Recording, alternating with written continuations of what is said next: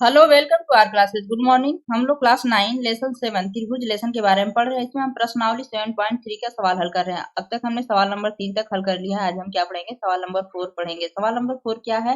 B और C F एक त्रिभुज एबीसी के दो दो बराबर शीर्ष लंब हैं। आर एच एस सर्वांग समता नियम का प्रयोग करके सिद्ध कीजिए कि त्रिभुज एबीसी एक समद्विबाहु त्रिभुज है। त्रिभुज हम बनाते हैं क्या है? त्रिभुज एबीसी। तो हम पहले एक त्रिभुज बना लेते हैं। त्रिभुज, ये है त्रिभुज ए बी, ये है सी। इसमें बता रहा है ना कि बीई और सी एफ एक त्रिभुज का क्या है? शीर्ष लंब क्या है? उसके सर से, कपार से ले जाके आप लंब डालिए, मतलब उसके सर खोपड़ी से उठाइए। ये इसका बी का क्या है? ये सर है। इस सर से हम पकड़ते हैं, एक सीधे सी लंबी रेखा बनाते हैं। ये किस पे आई? ये इस पे लंब डाल दिया हमने। उसी तरह हम सी एफ मतलब सी से पकड़ते हैं। ये सी इसका सर है, सी का सीधी रेखा खींच दीजिए। ये किस पे आया? ए बी रेखा पे पहुंच गया। ये जो सी है यहाँ पे क्या लिख देंगे? एफ। यही है ना सी एफ। ये क्या हो गया? एक शीर्ष लंब कहलाया। अब यहाँ पे क्या है? बी है, तो यहाँ पे हम क्या लिखेंगे? ई। इसका मतलब क्या है? बी एक शीर्ष लंब है और सी एफ एक शीर्ष लंब है। भुजा पे अगर शीर्ष लंब या लंब पड़ता है तो वहाँ कोण कौन सा बनाता है? 90 डिग्री का कोण बनता है। तो ये कोण क्या हो जाएगा? ये भी 90 डिग्री का, ये भी 90 डिग्री का। इधर भी हो जाएगा, इधर भी 90 डिग्री का कोण बनाने का मतलब क्या है? समकोण। कि आप इससे आर एच एस सर्वांग समता नियम का प्रयोग करके सिद्ध कीजिए कि त्रिभुज ए बी सी जो है एक समद्विबाहु त्रिभुज है। समद्विबाहु त्रिभुज क्या है? मतलब कि इसकी दो भुजाएं बराबर हो। ऐसा त्रिभुज जिसकी दो भुजाएं बराबर है। इसका मतलब हम कह सकते हैं कि ए बी भुजा बराबर होगी ए सी। आर एच एस सर्वांग समता नियम जो होता है ये किसे कहते हैं? ये क्या होता है ना, आर से होता है राइट एंगल। राइट एंगल का मतलब क्या है? समकोण। देखिए इसलिए लंब डलवा है, इसका मतलब क्या है? समकोण हो जाना चाहिए। तो त्रिभुज क्या हो गया? एक समकोण हो गया। आर से क्या होता है? Right angle. राइट एंगल का मतलब क्या होता है? समकोण। यस से क्या होता है? हाइपोटेनस या हाइपोटोनिस। इसका मतलब क्या है? कर्ण। यस का मतलब क्या होता है? साइड। मतलब भुजा के नियम से सर्वांग भुजा के नियम से हमें क्या करना है? इस त्रिभुज को सर्वांग करना है। इस सवाल में दिया है बी बराबर दिया है सी एफ।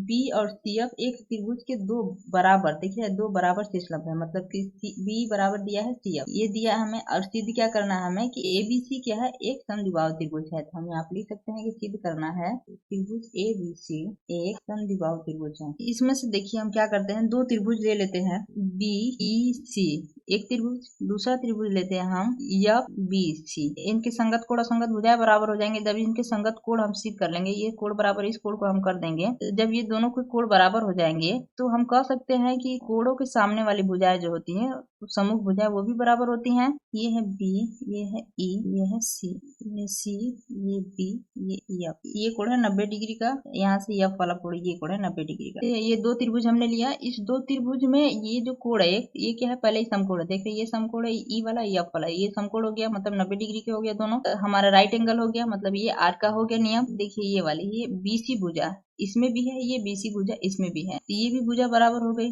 अब यहाँ पे देखिए बी बराबर सी एफ दे रखा है, ये बी बराबर सी एफ दे रखा है। इसको कोण को हम मान ले रहे हैं कोण 1, इसको मान ले रहे हैं कोण 2। उत्पत्ति में हम लिख सकते हैं कि बीई बराबर क्या हो गया? C F. यहाँ पे ये बीसी बराबर भी बीसी होगा क्योंकि दोनों में कॉमन है। तो हम यहाँ पे लिख सकते हैं बीसी बराबर बीसी, ये उभयनिष्ठ है। अब हम लिख सकते हैं ये कोण जो है ये समकोण है, इसलिए कोण 1 बराबर कोण 2। तो इसको हम लिख सकते हैं कोण 1 बराबर कोण 2। क्यों है? क्योंकि ये समकोण है। तो यहाँ पे हम कह सकते हैं, ये देखिए समकोण बोले तो राइट एंगल, कोण और साइड। राइट एंगल, कोण और साइड के नियम से ये त्रिभुज क्या हो गया? सर्वांग हो गया। तो यहाँ पे हम लिख सकते हैं कि आर एच एस नियम से त्रिभुज बी ई सी सर्वांग सम त्रिभुज सी एफ बी त्रिभुज क्या हो गया? सर्वांग सम हो। इस सर्वांग सम त्रिभुज के संगत भाग भी बराबर होंगे किससे? सीपी सीटी से। तो इसलिए हम क्या कर सकते हैं? कोण बी बराबर कोण सी। तो यहाँ पे हम लिख सकते हैं कोण बी बराबर कोण सी, सीपी सीटी से। जब ये कोण बराबर हो गए तो त्रिभुज